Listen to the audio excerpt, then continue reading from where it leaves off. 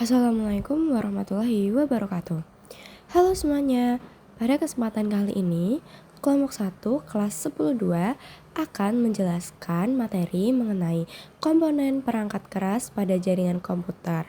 Materi ini adalah salah satu materi informatika kami di semester 2 ini.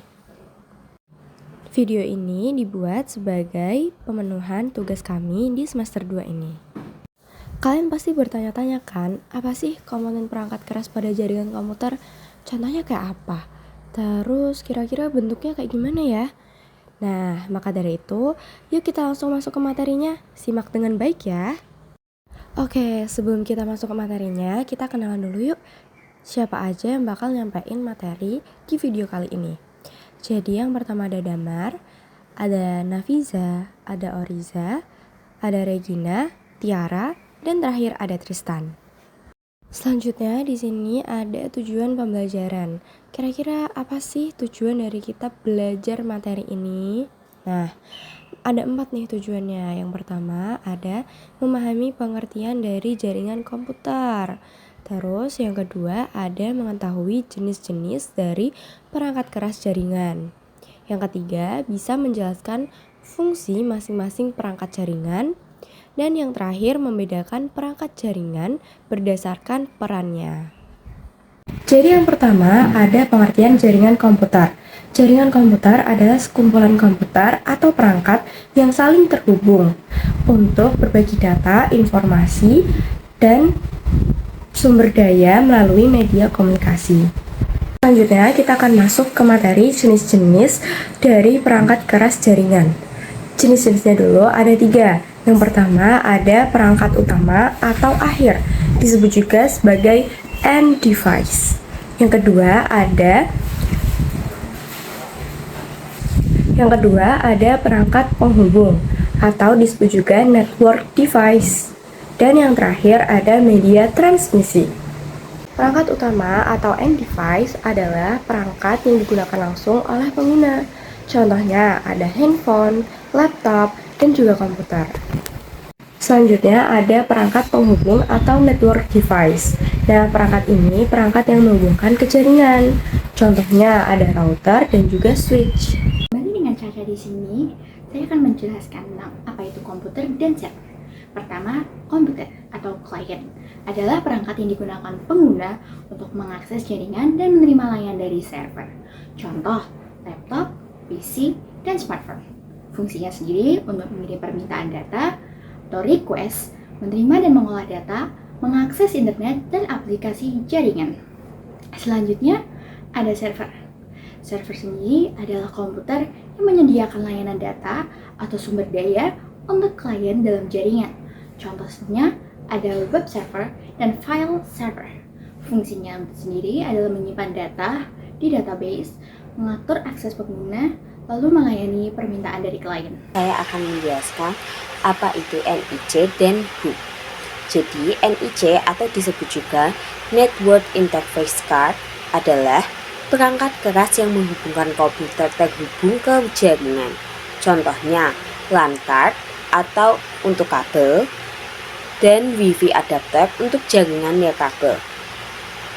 NIC berfungsi untuk menghubungkan komputer ke jaringan, mengirim dan menerima data. Selanjutnya ada HUB atau HUB. Jadi HUB adalah perangkat jaringan yang menghubungkan beberapa komputer ke dalam satu jaringan. Contohnya HUB 8 port untuk LAN kecil. Berfungsi untuk mengirim data ke semua perangkat atau broadcast, menghubungkan perangkat dalam jaringan sederhana. Jadi yang pertama itu ada switch. Switch adalah perangkat yang menghubungkan beberapa perangkat dalam jaringan dan mengukur pengiriman data secara lebih cerdas.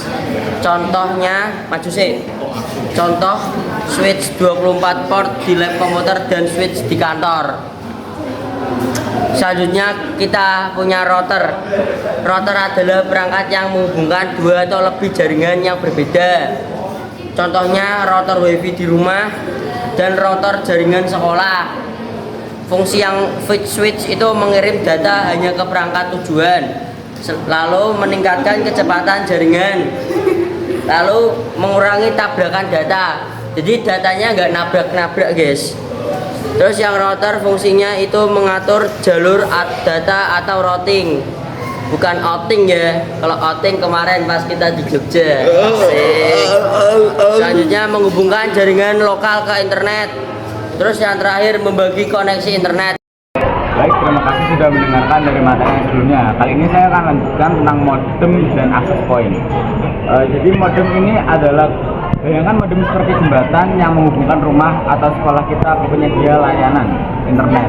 Fungsinya adalah untuk mengubah sinyal dari kabel telepon atau fiber optik menjadi sinyal digital yang dimengerti oleh komputer kita. Tanpa modem, perangkat kita mungkin menyala, tetapi tidak akan keluar ke jaringan internet global. Lalu yang kedua adalah access point, yang dimana jika modem adalah gerbang masuknya, access point adalah petugas yang membagikan akses tersebut ke banyak orang di dalam ruangan. Access point menerima koneksi internet dari modem, lalu memancarkan sinyal nirkabel atau wifi,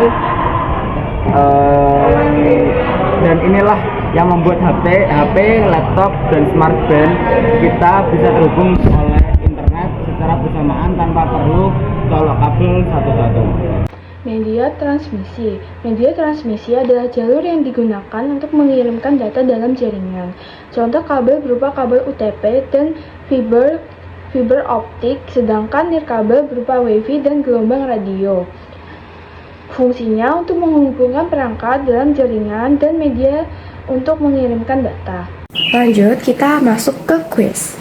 Soal yang pertama, apa fungsi utama router? Jawabannya adalah B. Fungsi utama dari router adalah menghubungkan jaringan berbeda dan mengatur lalu lintas data. Oke, lanjut ke soal yang nomor 2. Perangkat yang menghubungkan komputer ke jaringan adalah, jawabannya adalah A. NIC. Jadi NIC adalah perangkat yang memungkinkan komputer untuk terhubung ke jaringan. Baik, di sini saya akan membacakan kuis nomor 3. Apa perbedaan utama hub dan switch? A. Hub lebih mahal. B. Switch mengirim data ke semua perangkat. C. Hub broadcast ke semua perangkat. D. Switch tidak bisa menghubungkan komputer. Jawabannya adalah yang C. Hub broadcast ke semua perangkat. Selanjutnya soal yang keempat, yaitu perangkat yang memancarkan wifi adalah A. Modem, B. Router, C. Access point, dan D. Server. Gue beri waktu ya, 1, 2, 3. Jadi jawabannya ya adalah C, yaitu access point. Soal kelima, media transmisi nirkabel adalah A. Kabel UTB, B. Fiber optik, C. Wi-Fi, dan D. LAN. Aku beri waktu ya. Dan jawaban yang benar adalah C. Untuk pembahasannya sendiri adalah karena Wi-Fi menggunakan gelombang radio tanpa kabel. Sekian pemaparan materi dari kelompok kami. Kurang lebihnya terima kasih. Mohon maaf apabila ada salah kata. Wassalamualaikum warahmatullahi wabarakatuh.